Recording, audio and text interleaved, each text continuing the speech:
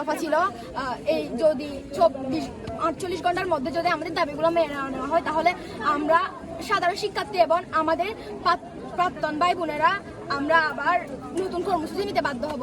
আচ্ছা ঠিক আছে, তোমরা মূলত এখানে আন্দোলনটা করতেছো কেন? এই প্রধান শিক্ষক এবং সহকারী প্রধান শিক্ষক পদত্যাগ চাচ্ছটা কেন? কি করছো ওনারা, এটা একটু বলবেন। আমাদের স্যারের নাম বলবো? হ্যাঁ বলতে পারবেন। আফসার স্যার, বলো। আমাদের একজন স্যার আমাদের ক্লাস 9B একজন মেয়েকে বলো। আচ্ছা বাজেভাবে হেনস্থা করছে।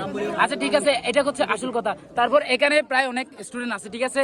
এখন তোমরা পরবর্তী স্টেপ পদত্যাগ তো 48 ঘন্টার মধ্যে করতে হবে। পরবর্তী কর্মসূচি তোমরা রবিবারে ঘোষণা করছো এবং তোমাদের সাথে একত্রতা পোষণ করে চাটং উচ্চ বিদ্যালয়ের প্রাইমারি যেগুলা প্রাক্তন বড় ভাই বোনরা আছে ওনারাও একত্রতা পোষণ করবে। আপনারা কি এটা চান? আচ্ছা এই দাবিটা সম্পূর্ণ আপনাদের, ঠিক আছে। এখানে প্রাক্তন ভাইরা আপনাদের কি করতে আসছে? প্রোটোকল দিতে আসছে। এখন তুমি বলো মূলত দাবির পক্ষে তুমি কি চাও? আচ্ছা